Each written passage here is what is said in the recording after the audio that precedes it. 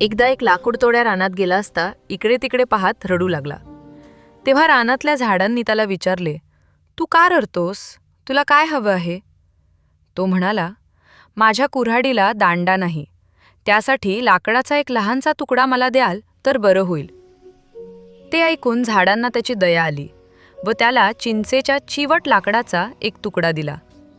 लाकूड तोड्याने तो आपल्या कुऱ्हाडीला घातला व सगळी झाडे तोडण्याचा सपाटा लावला.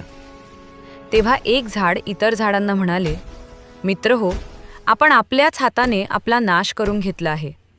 ते के दुसऱ्याला नावं ठेवायला जागा नाही. तात्पर्य: शत्रूची कीव करून त्याला साहित्य पुरविले तर शेवटी पश्चात्ताप करण्याची वेळ येते.